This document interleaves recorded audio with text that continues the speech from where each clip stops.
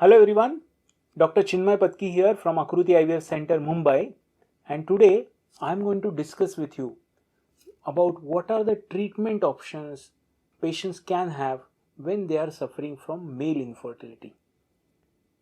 आप अगर पुरुषों में जो वंध्यत्व होता है उसके वजह से अगर आप जूझ रहे हैं, जिसके वजह से बच्चा नहीं हो रहा है, तो ऐसे केसेस में क्या ट्रीटमेंट ऑप्शंस अवेलेबल हैं, इनके बारे में मैं आज आपको बताने वाला हूँ.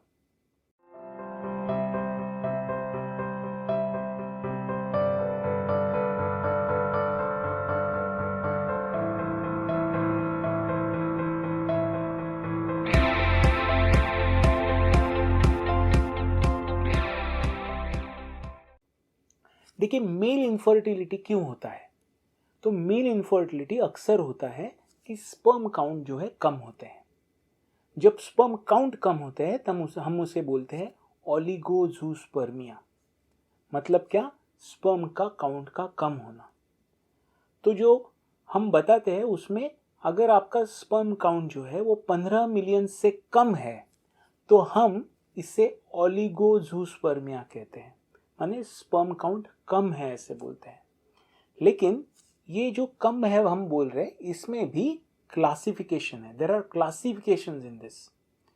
If your sperm count is in between 10 to 15 million, अगर आपका स्पर्म काउंट 10 से 15 मिलियन के बीच में है तो हम उसे बोलते हैं माइल्ड ओलिगोजूस्पर्मिया.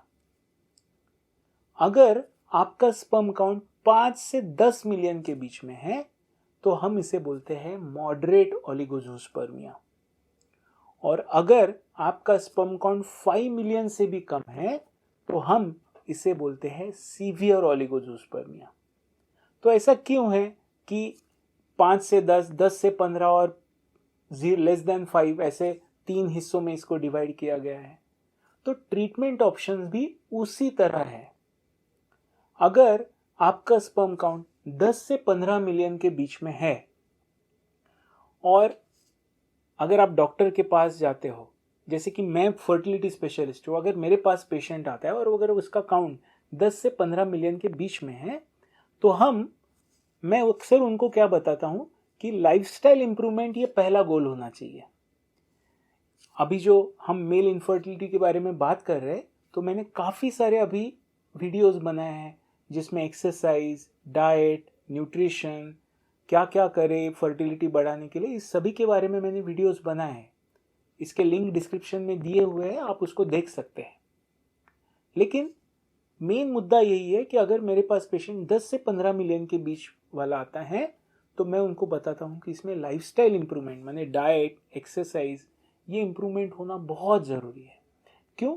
क्योंकि अगर इसको इम्प्रूव किया जाए, और इसके बारे में मैंने बहुत डिटेल में बात की है, आप उसको सुन सकते हैं. अगर आप इसको इम्प्रूव करें ना तो बहुत अच्छा चांस है कि आपका स्पर्म काउंट 15 मिलियन से आगे निकल जाए और आपको बिना किसी बाकी ट्रीटमेंट के आपको बच्चा हो जाएगा नेचुरली. बहुत बार इसके साथ साथ हम कुछ एंटीऑक्सीडेंट्स वगैरह टैबलेट्स दिए जाते हैं पेशेंट्स को. मेरा अक्सर मानना है कि आप डाइट और एक्सरसाइज के ऊपर ध्यान दीजिए. ये जो टैबलेट्स है बहुत महंगे हैं एक तो, और ऐसा कुछ नहीं है कि आपके खाने में कुछ चीज़ें नहीं है जो बराबर टैबलेट में आती है, ऐसा कुछ भी नहीं है. आप अगर प्रॉपरली डाइट और एक्सरसाइज मेंटेन करेंगे तो आपको उतना ही फ़ायदा होगा जितना टैबलेट से होगा. लेकिन कुछ पेशेंट्स में डेफिनेटली हम इन टैबलेट्स को एंटीऑक्सीडेंट्स कहते हैं जो दी जाती है, जिसका कुछ हद तक कुछ पेशेंट्स में फ़ायदा होता है, जिससे ये स्पर्म काउंट बढ़ेंगे.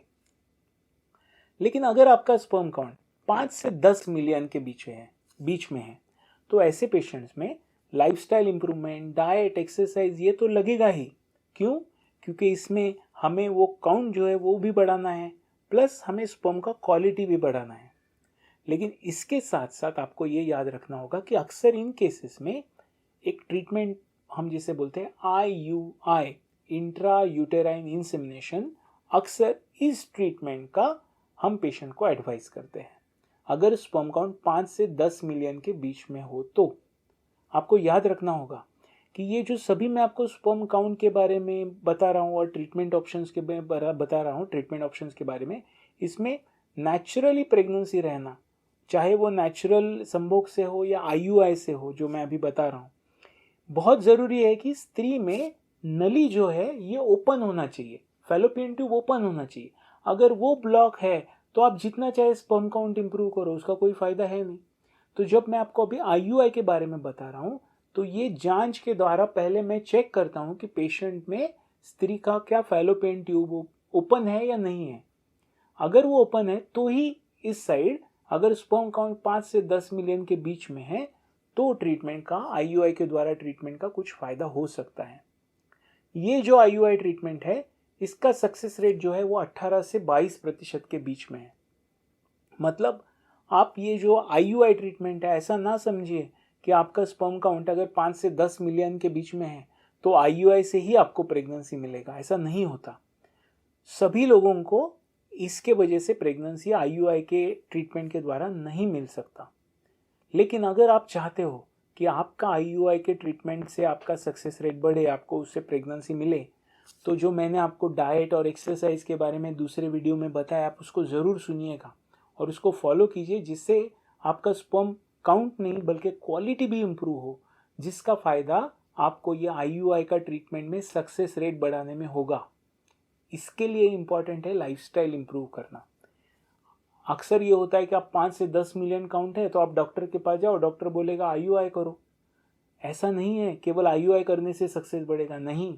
जब तक आप एज अ पेशेंट आपका लाइफस्टाइल इम्प्रूव नहीं करोगे तब तक आपका सक्सेस रेट नहीं बढ़ेगा। ये बहुत इंपॉर्टेंट है। तो IUI ट्रीटमेंट में हम क्या करते हैं? IUI ट्रीटमेंट में अगर आपका स्पर्म काउंट 5 से 10 मिलियन के बीच में है तो हम आपके स्पर्म जो है वो, आप जब हमें देते हैं सैंपल, स्पर्म सैंपल, तो उसको हम लैब में प्रोसेस करते हैं और ये प्रोसेस करने के बाद अच्छे स्पर्म्स ही केवल सेपरेट किए जाते हैं और उन स्पर्म्स को एक कैथेटर के माध्यम द्वारा महिला के, स्त्री के यूट्रस में हम छोड़ देते हैं, नली के पास। कब? जब वो ओव्यूलेशन, उसका अंडा बन रहा है, वो फूट रहा है ना, उस वक्त वो हम स्पर्म छोड़ देते हैं। तो वो स्पर्म ट्यूब में से जाके वो अंडे तक मिलके उसका बच्चा बना सकते हैं। ये जो पूरा प्रोसीजर है IUI का, ये प्रोसीजर फर्टिलिटी सेंटर में डॉक्टर करते हैं और इस आपके साथ साथ जो स्त्री है, आपकी वाइफ है, उनका भी ट्रीटमेंट होता है, जिसमें उनका अंडा बनाया जाता है और वो अंडा एक परफेक्ट साइज का बनने के बाद उसको रप्चर का इंजेक्शन देने के बाद ये IUI प्रोसीजर किया जाता है। अक्सर आप याद रखिए, IUI जब आप करते हो तो उसका सक्सेस रेट 18 से 22% है। मतलब सभी को एक IUI में ही प्रेगनेंसी नहीं मिलने वाला है। तो लगभग कितने IUI करने चाहिए आपको? आपको 4 IUI तक ट्राई करना चाहिए। अगर आप 4 IUI तक ट्राई कर चुके हो और अगर बच्चा नहीं है तो प्लीज़ दूसरे डॉक्टर के पास जाके फिर से 4 IUI मत कीजिएगा। इसका कोई फ़ायदा नहीं है। इससे बस आप आपका समय और पैसा दोनों बर्बाद करोगे, लेकिन उसके साथ साथ आपकी जो वाइफ है, उनकी जो ओवरीज है, वो भी ख़त्म हो जाएंगे। मैंने बहुत बार मेरे प्रैक्टिस में देखा है, लोग 5-5, 10-10, 20-20, 30-30 IUI करके आते हैं इस उम्मीद में कि ये डॉक्टर के पास नहीं तो उस डॉक्टर के पास IUI से मिल जाएगा प्रेगनेंसी। ये बहुत गलत सोच है। इंटरनेशनल फर्टिलिटी जो गाइडलाइंस है, उन्होंने क्लियर बताया है कि 4 IUI से ज़्यादा ट्राई नहीं करना चाहिए। मैं मेरे क्लिनिक में पेशेंट्स को बोलता हूँ, आप 3 IUI से ज़्यादा ट्राई मत कीजिए। अगर आपको प्रेगनेंसी मिलने वाला होगा तो 3 IUI में मिल जाएगा, लेकिन ये IUI करने के पहले आपको आपके स्पर्म क्वालिटी इंप्रूव करने के लिए, क्या आपने आपका लाइफस्टाइल चेंज किया है, क्या आप एक्सरसाइज कर रहे हैं, क्या डाइट कर रहे हैं, ये आपको खुद को पूछना पड़ेगा। केवल डॉक्टर ही आपको प्रेगनेंसी नहीं दे पाएगा अगर आपका लाइफस्टाइल कुछ भी चेंज नहीं है। रोज़ सिगरेट स्मोकिंग चालू है, अल्कोहल चालू है, लाइफस्टाइल में कुछ चेंज नहीं है, आपका स्पर्म काउंट वैसा है और आप बोलोगे अभी इसको IUI से प्रेगनेंसी दो, तो वैसा नहीं होने वाला है, क्योंकि उसका क्वालिटी अच्छा नहीं होगा। नेक्स्ट जो चीज़ है वो है कि अगर आप 4 IUI कर चुके हैं और अगर उसके बावजूद प्रेगनेंसी नहीं रहा तो आपको आगे क्या करना है, या फिर अगर आपके स्पर्म काउंट 5 मिलियन से भी कम है तो आपको क्या करना है। तो देखिए, आपका स्पर्म काउंट 1 मिलियन हो या 15 मिलियन हो, जो मैंने आपको बताया, लाइफस्टाइल चेंज, डाइट, एक्सरसाइज, ये तो बहुत ज़रूरी है। लेकिन अगर आपका स्पर्म काउंट 5 मिलियन से कम है, जब आप आपके जो स्पर्म है, हम जिसे पोस्ट वॉश काउंट बोलते हैं, मतलब आपने लैब में सीमेन सैंपल प्रोसेसिंग के लिए दिया, उसको क्लीन करने के बाद अगर वो स्पर्म काउंट 5 मिलियन भी नहीं है ना, तो ऐसे केसेस में IUI से प्रेगनेंसी नहीं मिल सकता। ऐसे केसेस में केवल एक ही ट्रीटमेंट काम आता है, वो है IVF, जिसे हम बोलते हैं इन विट्रो फर्टिलाइजेशन। ओके, ये जो इन विट्रो फर्टिलाइजेशन है, इसके भी दो प्रकार है, एक है IVF और एक है ICSI।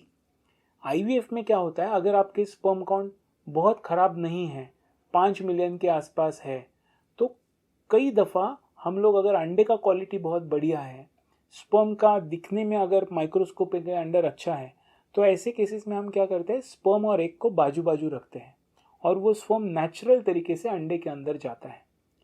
तो ये है IVF, जिसमें स्पर्म खुद अंडे के अंदर जाएगा। लेकिन स्पर्म काउंट अगर बहुत कम है, 1 मिलियन है, 0.5 मिलियन है या और कम है, क्वालिटी बहुत ख़राब है, तो ऐसे केसेस में वो स्पर्म में उतनी क्षमता नहीं होती कि वो अंडे के अंदर खुद जाए। ऐसे केसेस में हम क्या करते हैं, हम माइक्रोस्कोप के अंदर वो स्पर्म को एग के अंदर इंजेक्ट करते हैं, जिसे बोलते हैं ICSI, इंट्रासाइटोप्लाज्मिक स्पर्म इंजेक्शन। इससे क्या होता है, ये चीज़ के वजह से वो स्पर्म सक्सेसफुली अंडे के अंदर जाके उस अंडे को फर्टिलाइज कर सकता है। तो अगर आपने बहुत IUI की और प्रेगनेंसी नहीं मिल रहा है, तो ऐसे केसेस में ICSI ये प्रोसीजर आपके बहुत काम आ सकता है। ट्रीटमेंट ऑप्शंस जो है, इसमें आपने देखा होगा, पहले मैंने आपको नेचुरल अटेम्प्ट में कहा 10 से 15 मिलियन के बीच में है, तो 5 से 10 मिलियन है तो आपको मैंने IUI कहा। अगर 5 मिलियन से कम है तो मैंने आपको ICSI या IVF के बारे में आपको कहा। लेकिन कई दफ़ा ऐसे भी पेशेंट्स आते हैं जिनमें स्पर्म काउंट 0 होता है, और ऐसे केसेस में क्या करना है ये लोगों को पता नहीं होता। अभी जब 0 स्पर्म काउंट आता है तो पहला रिएक्शन क्या होता है, सब लोग डर जाते हैं, फिर डॉक्टर के पास जाते हैं। अगर आप ऐसे क्लिनिक जाते हो जहाँ पे एडवांस फर्टिलिटी ट्रीटमेंट्स अवेलेबल नहीं है, तो स्वाभाविक रूप से आपको डोनर IUI वगैरह ऑप्शन दिए जाते हैं, जिसमें डोनर स्पर्म वगैरह यूज़ होते हैं। लेकिन टेक्नोलॉजी, मेडिकल साइंस इसके कई आगे निकल चुका है। जैसे कि मेरे सेंटर में अगर स्पर्म काउंट 0 भी हो, उसके बावजूद हम लोग टेस्टिस से स्पर्म निकाल सकते हैं। अगर स्पर्म काउंट 0 है तो भी हम माइक्रोस्कोप, एक माइक्रोटेसा करके प्रोसीजर है, जिसमें एक बहुत बड़ा ऑपरेटिव माइक्रोस्कोप यूज होता है, जिसके अंदर हम देख के ये स्पर्म टेस्टिस से निकाल सकते हैं। तो ऐसे केसेस में भले ही स्पर्म काउंट 0 क्यों ना हो, हम आपके स्पर्म से ही बच्चा पैदा कर सकते हैं। तो ये थे अलग अलग ट्रीटमेंट ऑप्शंस। एक बात याद रखिए, अगर स्पर्म काउंट कम है तो घर पे बैठ के कुछ नहीं होगा, आपको डॉक्टर के पास जाना पड़ेगा। यूट्यूब से भी कुछ नहीं होगा। जब तक आप डॉक्टर के पास जाके सही सलाह नहीं लेते, डायग्नोसिस प्रॉपर नहीं करते, तब तक केवल स्पर्म काउंट के लिए ये करो या वो करो, ये चीज़ें काम नहीं आने वाली। अक्सर मैं लोगों को देखता हूँ, सालों के रिपोर्ट रहते हैं, पहला काउंट 10 मिलियन था, फिर 7 मिलियन था, फिर 5 मिलियन था, फिर 3 मिलियन था, फिर 1 मिलियन था, फिर हाफ मिलियन था, फिर 0 हो गया। और इस दौरान पेशेंट बार बार कोशिश कर रहा है कि उसको नेचुरली बच्चा पैदा हो। अरे भाई, कैसा होगा? अगर वहाँ पे प्रॉब्लम है जिसकी वजह से स्पर्म प्रोडक्शन में ही प्रॉब्लम आ रहा है, तो ऐसे केसेस में पेशेंट को आगे जाके एडवांस फर्टिलिटी ट्रीटमेंट लेना चाहिए। आप उस दिन का इंतज़ार मत कीजिए जब स्पर्म काउंट पूरे ख़त्म हो जाएंगे। जब आपके स्पर्म काउंट कम हो रहे हैं तो उसी को आप बहुत ज़्यादा सीरियसली लेके आगे का ट्रीटमेंट के बारे में आपको सोचना चाहिए। तो ये थे ट्रीटमेंट ऑप्शंस जो मेल इनफर्टिलिटी में अवेलेबल है। अगर आपको इन सभी चीज़ों के बारे में और भी कुछ जानकारी चाहिए तो ज़रूर हमें आप लिख भेजिए और हम इसका ज़रूर आंसर देंगे। Thank you.